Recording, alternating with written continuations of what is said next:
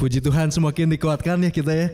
Thank you Bang Joel buat udah menyampaikan materi kepada kita semua. Jadi saya mau balik lagi nih mungkin terakhir juga sekaligus sebagai penutup kali ya dari Bang Joel.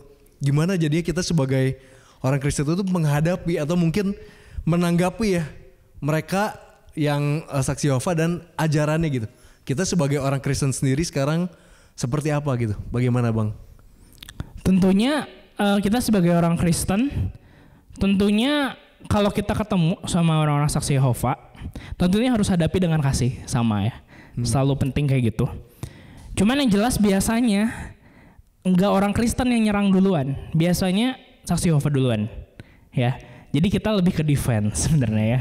Kita jangan langsung ngejudge. Ya, jangan langsung ngejudge. Tapi biasanya kalau mereka udah mulai bahas itu, bahas tentang apa? Yesus kayak gimana lah. Nah itu bisa kita langsung bahas aja yang tadi. Yesus tuh Allah juga. Kita boleh kalau mau adu Alkitab ya, adu ayat Alkitab boleh. Ya tapi mereka juga sih percayanya sih Alkitab yang kita kurang bener ya. Oh jadi mereka bikin terjemahan sendiri.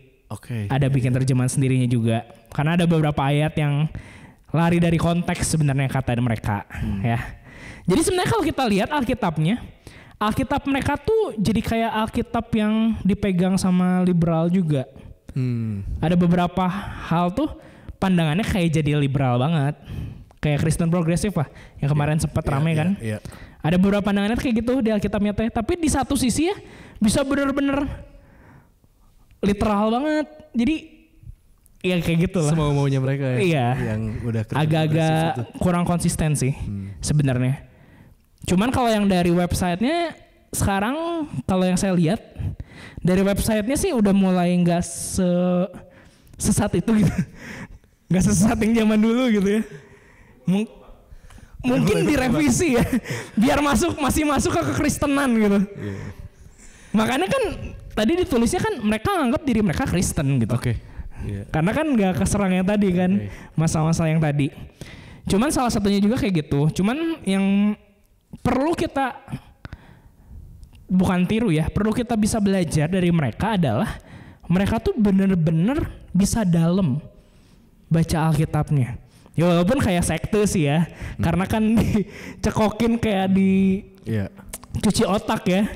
Cuman dari situ kita bisa belajar bahwa mereka aja bisa gitu belajar Alkitab sedalam itu gitu. Kita sebagai orang Kristen yang kita udah tahu kebenarannya, kita pegang Alkitab kita, dapat kasih karunia dari Tuhan, masa kita nggak bisa gitu belajar Alkitab sedalam itu kayak mereka gitu. Jadi itu sih yang mungkin bisa kita pelajari juga dari mereka ya. Cuman kalau misalnya ketemu, kalau saya dulu punya temen dia saksi Yehova, dia suka ke balai kerajaan yang dekat IP. Cuman dia nggak pernah ngomongin kayak gitu sih, karena ya dia juga kehidupannya sangat tidak rohani ya. Jadinya nggak pernah ngomongin kayak gitu kalau di sekolah.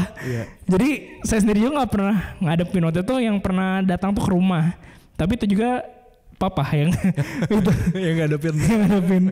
Cuman tuh itu ada jam aja pokoknya, dapat jam. Cuman emang kita perlu banget makanya belajar Alkitab sih. Setuju. Jadi itu sih yang harus benar-benar kita pelajari. Satu lagi sih karena mungkin saya penyuka sejarah ya. Jadi saya juga mendorong Bapak Ibu untuk tahu sejarah gereja lebih lagi. Karena biar tahu gitu ya gereja juga emang udah nyatanya pecah ya udah emang pecah gitu. Tapi kita tahu pecahnya teh kenapa gitu. Jadi biar kita bisa belajar dari zaman sekarang. Jangan sampai kita terpecah oleh hal-hal yang nggak penting gitu. Kalau kita lihat di sana rata-rata yang di awal-awal itu pecahnya kenapa? Karena beda pandangan tentang Kristus. Jadi tentang ajaran tuh, makanya pecah teh. Makin kesini pecahnya makin nggak penting kadang-kadang, gitu. Apalagi di dunia sekarang.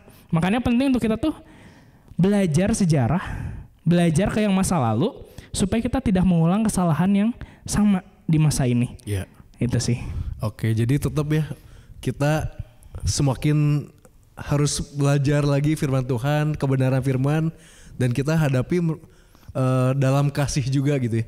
Bukan dalam emosi marah, ngejudge duluan. Tapi kita ada kasih dan ada kebenaran itu ya. Bukan cuman sekedar message yang penting, cara kita menyampaikan pesan itu penting juga. Caranya ya. Misalnya nih, Cep, lu HP tuh udah, misalnya HP-nya tuh udah jelek nih, mau diganti. Lu juga tahu HP lu tuh mau diganti. Tapi kalau misalnya gue bilang gitu ya, tuh HP buru ganti, gue butut gitu, ganti langsung. Pasti kan jadi males ya gantinya ya. Walaupun kita udah tahu itu harus diganti gitu. Tapi karena nyampeinnya menyerang, benar ya, walaupun benar, tapi kita tuh defense pastinya. Jadinya caranya harus benar juga penyampaiannya.